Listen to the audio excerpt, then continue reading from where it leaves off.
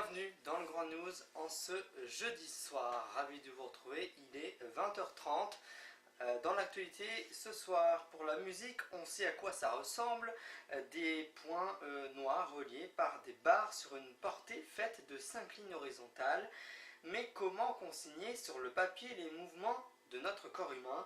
Cette question, les Romains, il y a plus de 100 ans, se la posaient déjà à l'époque. Alors comment écrire la danse? La réponse signée Sylvie Chayette.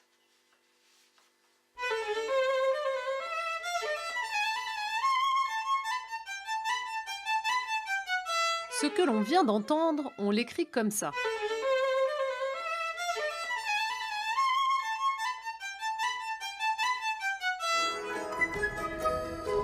Mais comment faire avec ce que l'on voit?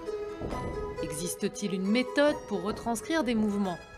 Comment écrire la danse?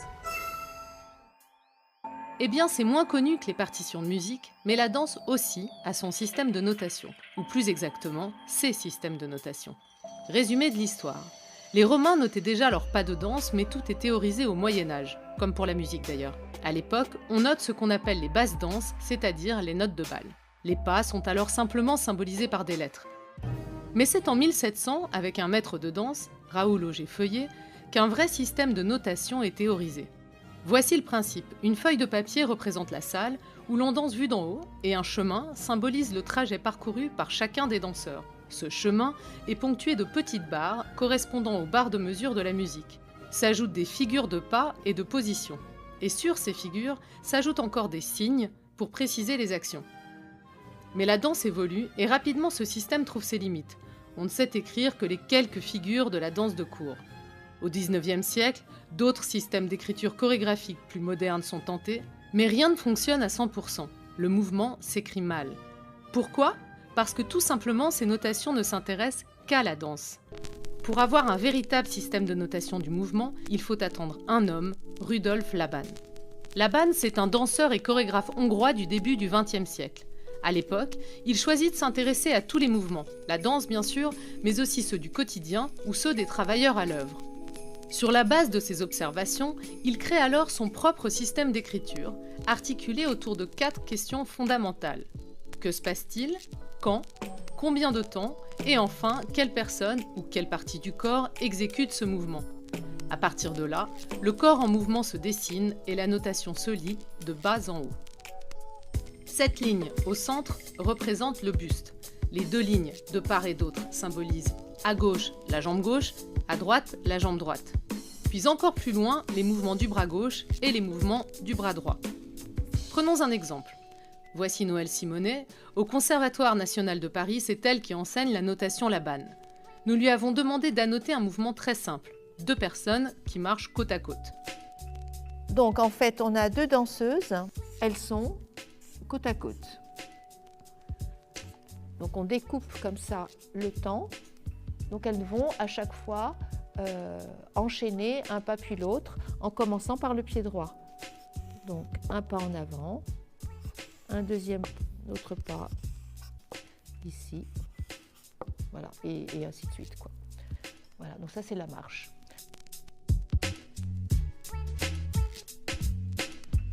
Mais un autre système est lui aussi très utilisé, celui d'un autre Rudolf Beneš, un mathématicien des années 50, amoureux d'une danseuse. Avec elle, il décide aussi de créer son propre langage qui voit le jour en 1955.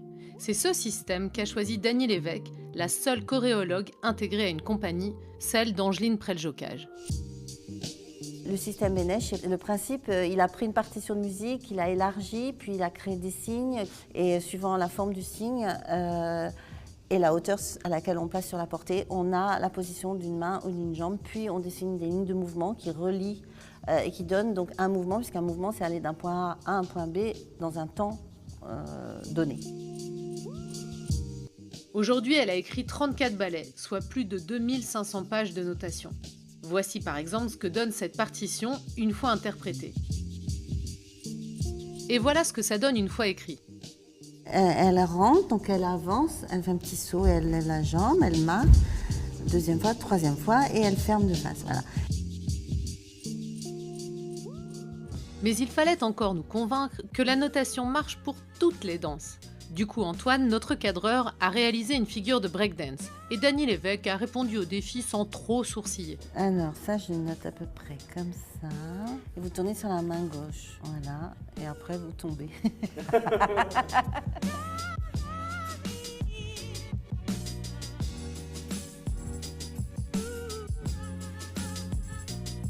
Mais que ce soit Laban ou Benesch, à quoi sert aujourd'hui un système de notation à l'heure où la vidéo permet d'immortaliser chaque mouvement ? Eh bien, selon les amateurs de chacun de ces systèmes, écrire la danse permet de conceptualiser le mouvement et de le comprendre, plus que de simplement le mémoriser et l'imiter.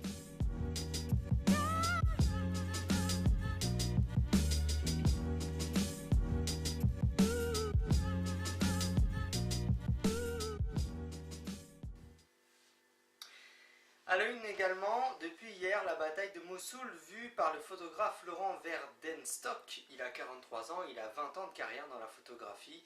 Un reportage et quelques images signées Pierre Franco.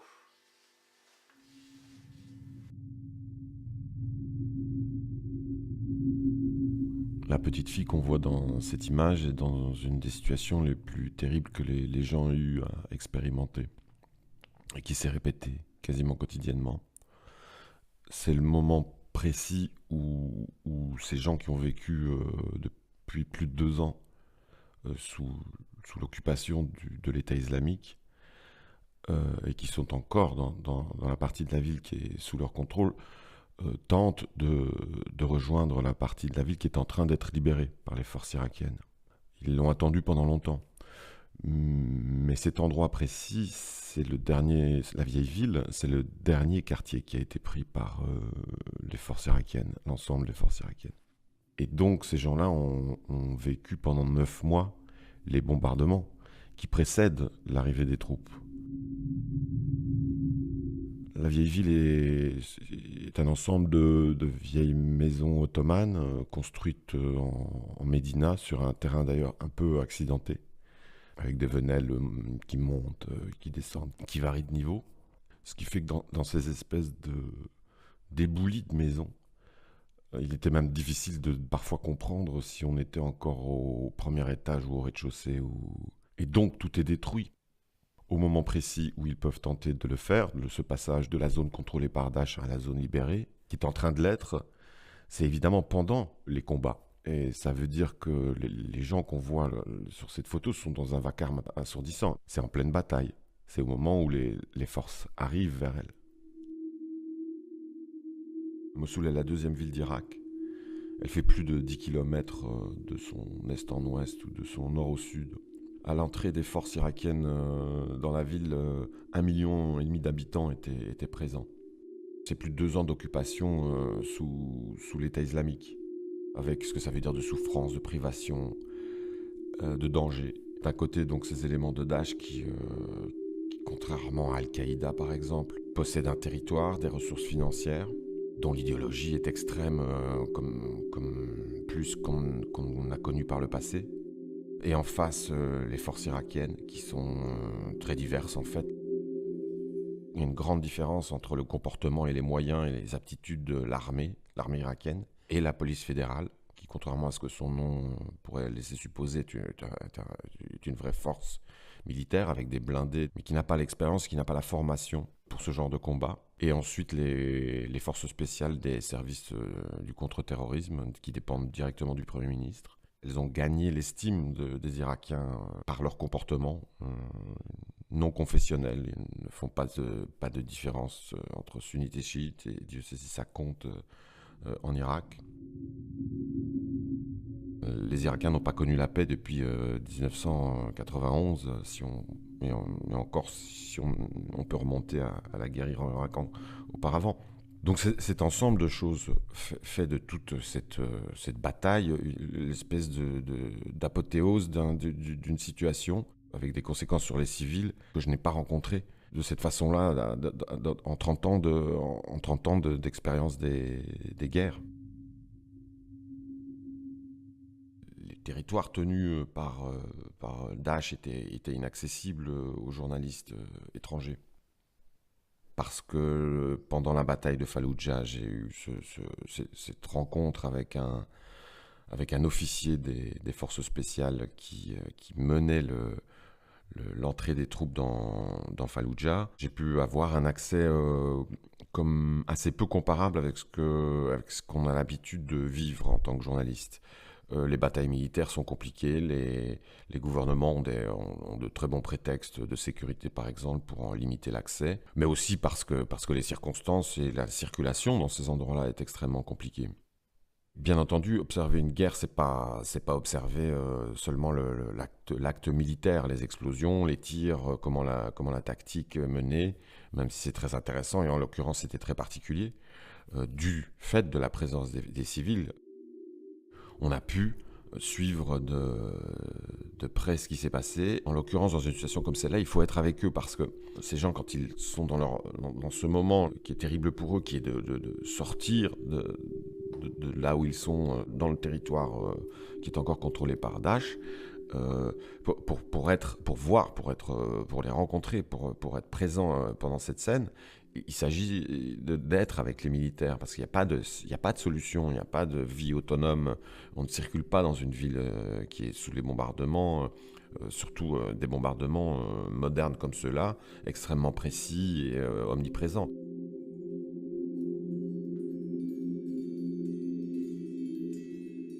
Ce sont des combats de rue permanents. Il y a des snipers en position à des endroits qu'on ne peut pas deviner. Les positions changent à chaque instant. On est forcé d'être régulièrement à l'abri d'un blindage et de toute façon d'être proche des sources d'information qui évoluent sans cesse, en l'occurrence les militaires.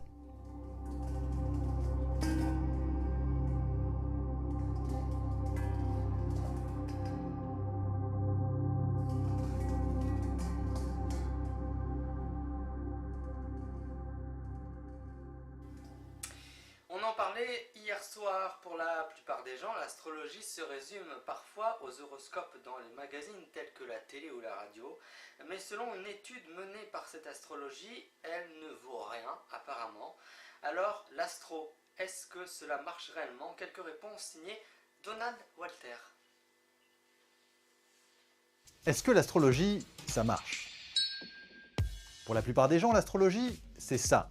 Des pages de magazines pleines de phrases affirmatives et énigmatiques du genre « Balance, c'est l'heure de prendre les bonnes décisions.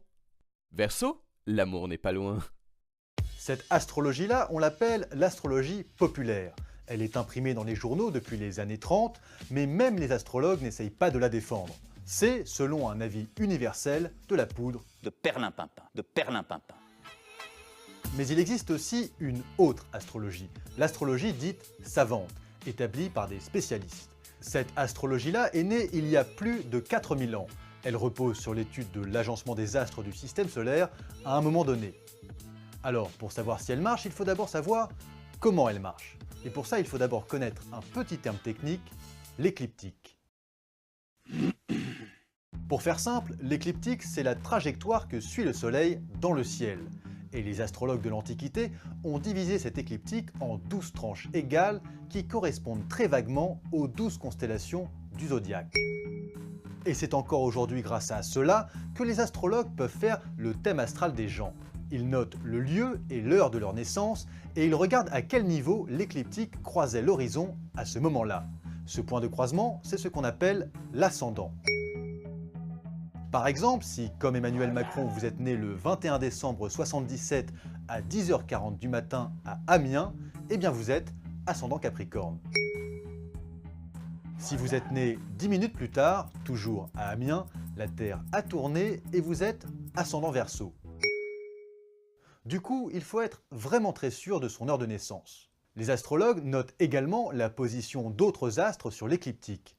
Ici, par exemple, la planète Vénus est en Sagittaire et Uranus est en Scorpion. Avec tout ça, les astrologues dessinent le thème astral et ça ressemble à ça. On retrouve l'écliptique, les signes du zodiaque, la position des astres, l'ascendant et tout un tas d'autres trucs comme les maisons, le milieu du ciel ou les aspects. Tout cela, ce sont des réalités astronomiques, celles de la position des astres dans le ciel à un moment donné. Mais les astrologues ne se contentent pas de décrire le ciel. Ils postulent que la position des astres a une influence sur les gens. Et pour expliquer cette influence, il s'appuie sur deux réalités physiques, la gravitation et le magnétisme. Et après tout, pourquoi pas?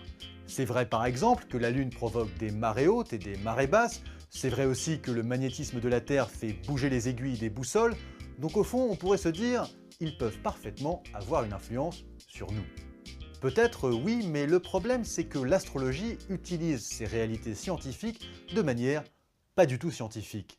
Premièrement, elle ne prend en compte que la gravité des astres. Or, la gravité est présente partout. Si je roule en Kangoo sur l'autoroute par exemple, la Kangoo dans laquelle je me trouve a beaucoup plus d'influence gravitationnelle sur moi que les planètes Mars ou Vénus par exemple. Or, l'astrologie ne prend pas en compte les Kangoos. Sur le magnétisme, c'est la même logique. Pluton, par exemple, est incluse dans les thèmes astro. Or, Pluton est à 5,9 milliards de kilomètres de la Terre, ce qui est vraiment trop loin pour qu'elle ait la moindre influence magnétique sur nous.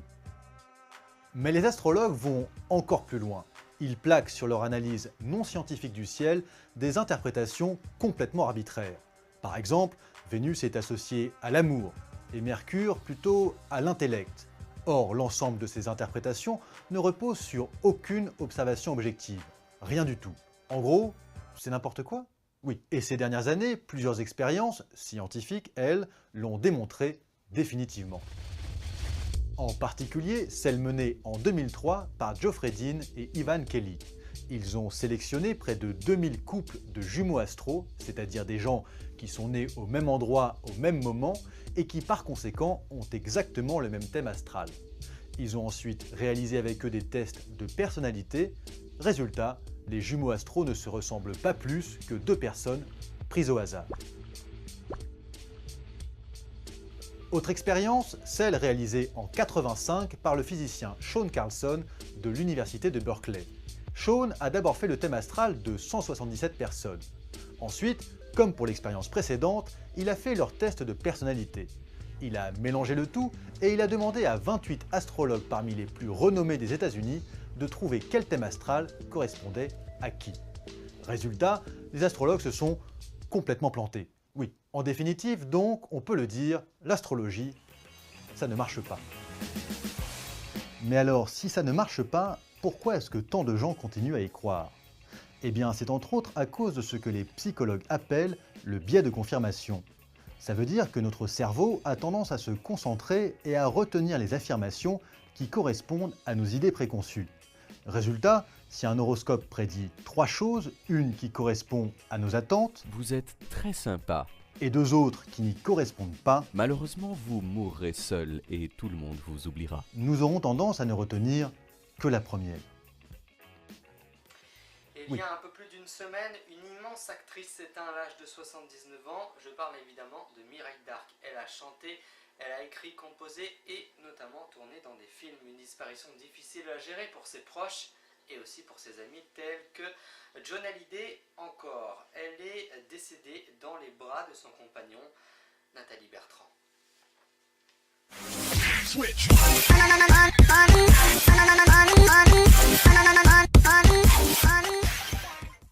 Mireille d'Arc est morte dans les bras de son mari Pascal Desprez. Après une enfance malheureuse et difficile, Mireille d'Arc a réussi à trouver l'amour, à 2 reprises aux côtés d'Alain Delon durant 15 ans puis aux bras de Pascal Desprez.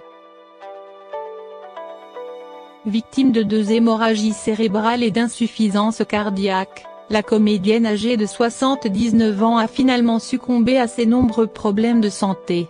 Elle se serait éteinte dans les bras de son compagnon vers 2 heures du matin. Dévasté, le fils d'Alain Delon a partagé sa peine sur les réseaux sociaux avec un sobre message. Il aimait tant celle qu'il a élevée comme son propre fils.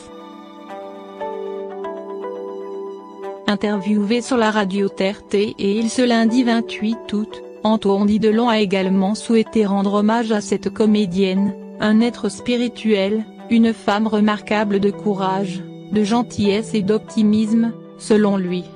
Toujours à son chevet depuis son hospitalisation, Antoine Delon était présent jusqu'au bout, tout comme son père.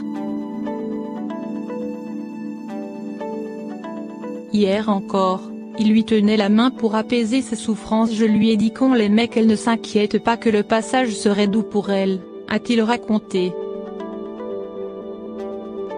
C'est à Pascal, son mari, à qui je pense fort ce matin. Il a été là jusqu'au bout, remarquable. Elle l'aimait profondément et le regardait toujours avec tendresse. Elle est morte dans ses bras, chez elle, sereine. Crédit photo Best Image. Veuillez saisir un email valide. Je m'abonne. Vous devez accepter les conditions générales d'utilisation du site.